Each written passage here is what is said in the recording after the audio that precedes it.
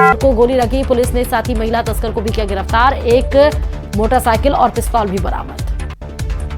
बिहार के आरा में पिता और बेटे पर फायरिंग, गोली लगने से बेटे की मौत, पिता अस्पताल में गंभीर रूप में है भर्ती।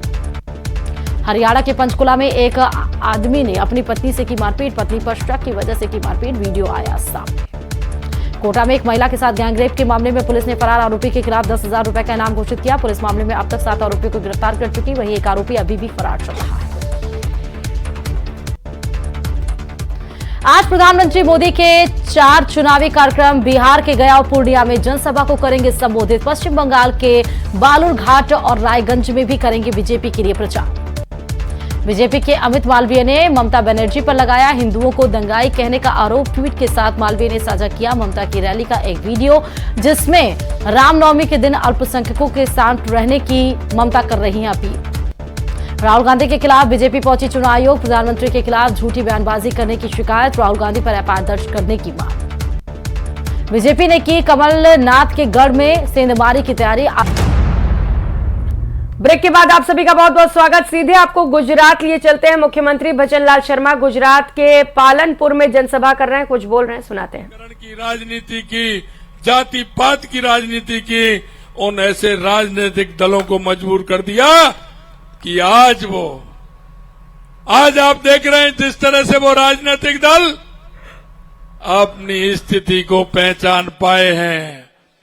एक वो राजनीतिक दल जिन्होंने देश में पंचायत से लेकर के पार्लियामेंट तक उनका राज होता था, आज वो छोटे छोटे दलों से समझौते करने के लिए तैयार हो रहे हैं।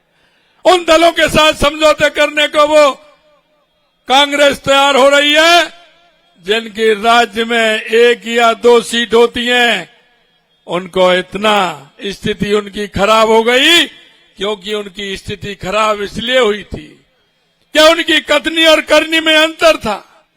वो जनता के सामने आते थे, हमेशा गरीबी हटाओ का नारा देते थे, हमेशा वो गरीब को गरीबी हटाने का नारा तो देते थे, लेकिन कभी उनका गरीब से वास्ता नहीं रहा, कभी गरीब से वास्ता नहीं रहा। वो किसानों की बात करते थे, किसानों के हित की बात करते थे, किसान को आगे बढ़ाने की बात करते थे, लेकिन कभी उन्होंने किसान को नजदीकी से नहीं देखा।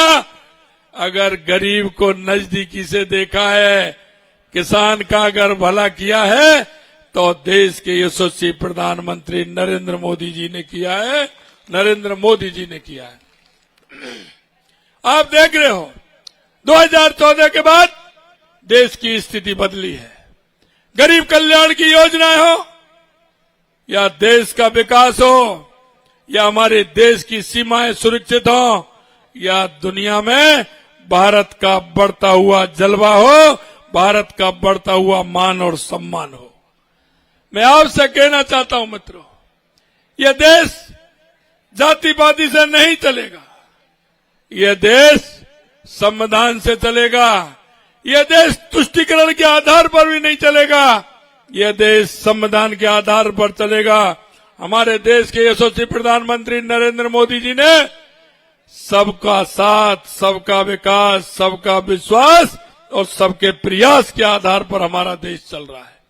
मैं आपसे पूछना चाहता हूं, 80 करोड़ लोगों को देश के यशस्वी प्रधानमंत्री जी खाद्यान्न दे रहे हैं, क्या किसी जाति को पूछते हैं? क्या किसी जाति के बारे में बात करते हैं? क्या किसी धर्म के बारे में बात करते हैं? क्या हमारा समानता के आधार पर हम सोचते हैं कि 130 करोड़ भारतवासी हमारे भाई बहन हैं, उन सबका दायित्व अपने पास है, देश के यशस्वी प्रधानमंत्री नरेंद्र मोदी जी कहते हैं। मैं आपसे कहना चाहता हूं मित्रों, इस देश में भ्रष्टाचार से भ्रष्टाचार होते थे।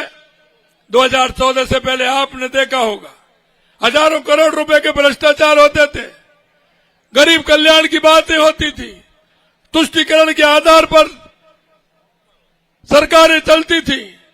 आपने देखा होगा 2014 के बाद देश में कहीं एक भी कोई भ्रष्टाचार देखा है क्या? देश में कोई एक भी भ्रष्टाचार देखा है क्या? 2014 से पहले देश की स्थिति ऐसी होती थी, कोई भी बड़ा शहर होता था, भीड़ वाला इलाका होता था। कई आतंकवादी आते थे, बम फोड़ करके चले जाते थे, कहीं रेलवे स्टेशन पर बम फोड़ करके चले जाते थे। लेकिन आज आपने देखा है, कोई आतंकवादी आता है क्या? आंख उठा करके देखता है क्या?